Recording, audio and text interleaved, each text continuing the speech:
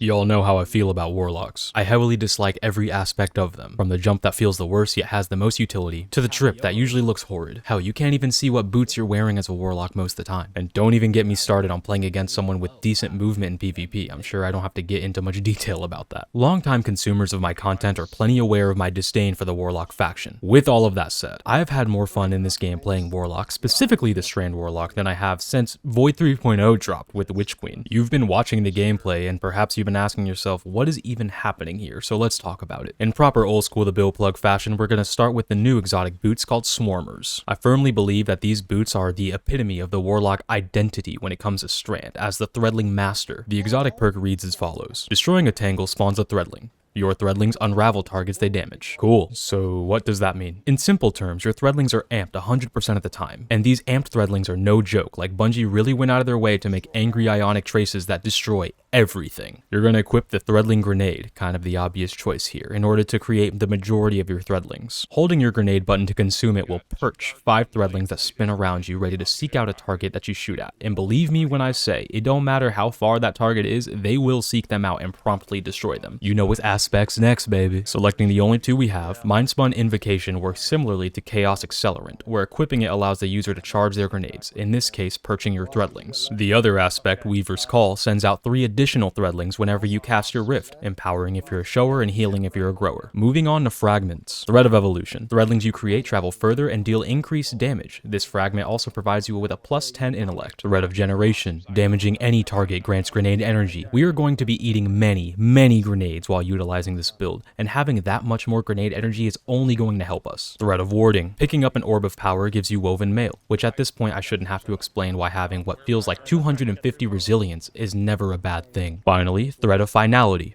You see what I did there? Yeah, I'm dope. Finisher Final Blows create Threadlings. I'm mostly using this for the boost it gives my recovery stat, but otherwise you could probably get away with swapping this out for anything else. I just think that it plays further into the Threadling God power fantasy. Now we are strong, like really strong, but not quite Olskool the Build Plug broken.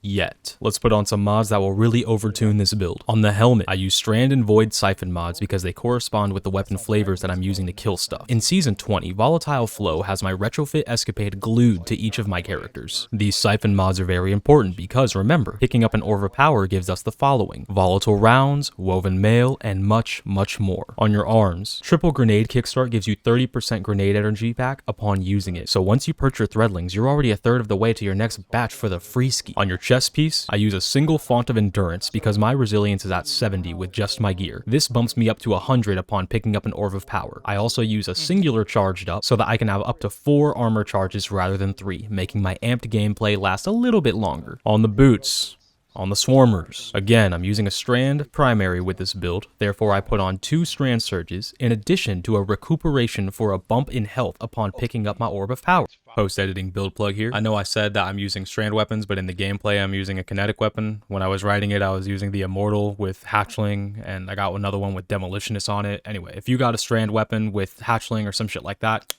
oh my gosh.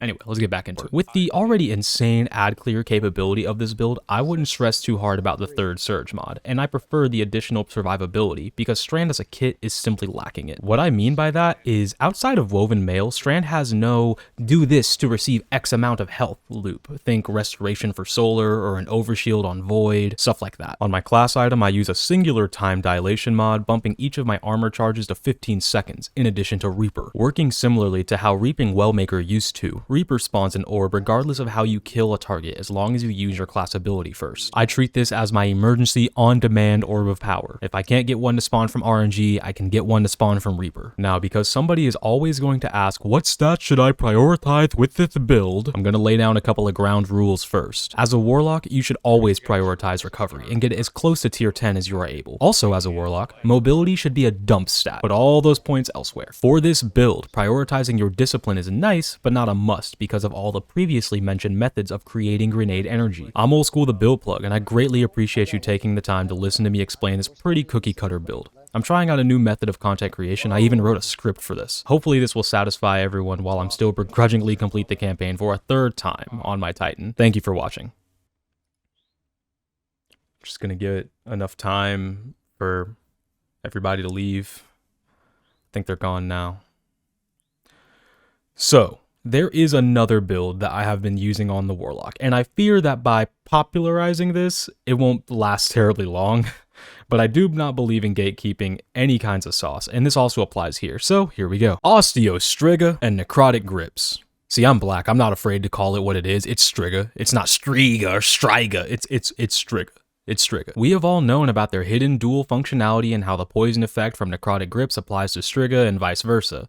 This synergy has been in the game for a while, and it has always been good on its own. But using this with Strand is admittedly pretty stupid busted. You're gonna swap the grenade to the Shackle grenade. Trust. When you consume your Shackle grenade, you are given a buff called Weaver's Trance. While you have Weaver's Trance active, every kill you get will create a suspending burst around the target, picking them up off the ground and out of the fight. This works so well in tandem with the Necrotic Striga combo because of how much ludicrous damage you can achieve with this primary weapon. As the poison spreads, the suspending burst also spreads, keeping every ad in the room suspended at all times. The hardest part about this build is not killing everything too quickly before the poison does its job. You see, you want to let the poison effects get your kills for you in order to overflow your magazine. Did I also mention that Weaver's Trance lasts for how long? 25 seconds! Look. Not if, but when this sees a nerf, I expect it to come from the uptime of Weaver's Trance. I'm not complaining that the Warlocks got something this effective, I'm merely suggesting